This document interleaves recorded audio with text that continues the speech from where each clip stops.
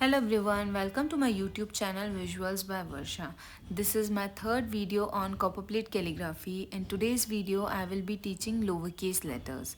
So we have 26 letters and we group them according to their formation.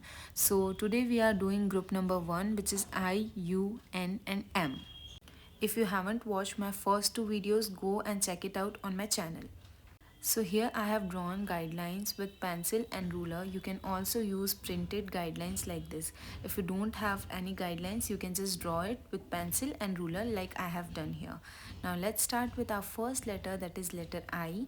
First I have drawn entrance stroke, then we have a down stroke followed by exit stroke. So let's combine this and we will write letter I. So I'm not going to do 2x or 3x here. I will be showing you real time. Let's see it with a pen. So this is how we have written I, and this is the thick part. Copperplate calligraphy is all about ovals. When you're making exit stroke, you have to make sure that you are able to see a oval here. Okay, you can practice ovals like this and it will really help you to learn this copperplate calligraphy.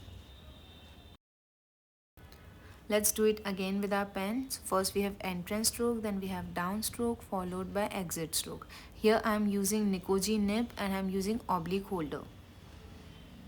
Okay, let's dip it in ink again and do our next letter, which is letter U. Again we have entrance stroke, then we have underturn, then we have a down stroke followed by exit stroke. Okay, if you don't know underturn, overturn, then you can check my video. I have done basic strokes of copperplate calligraphy, where I have explained all the basic strokes, and that will really help you to make the lowercase letters. Okay, so I am adding the link in description. You can go and check it out. So here letter U is done. First we have entrance stroke, underturn, down stroke followed by exit stroke.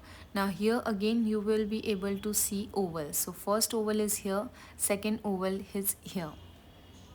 These two lines are parallel. So let's do it again. So this is how we write U, and we are not going to do overlapping like we have done in the last one. Okay, that is a wrong way of practicing. Now let's move to the next letter. Letter N. So first we have entrance stroke, then we have a down stroke, then we have overturn followed by exit stroke. So these are the strokes we use to make letter N. Now let's combine this. So we extend the entrance stroke like this and then we merge it with letter N. So this is the way of writing letter N. Let's do it once more.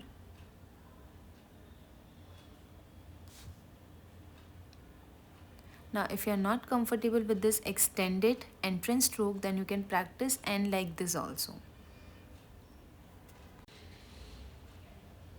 Okay, next we have letter M. First we have entrance stroke, then we have a down stroke, then we have two overturns here.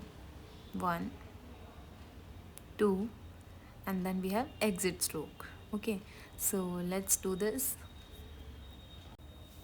So again here the entrance stroke is extended, then we make down stroke, one overturn and second overturn.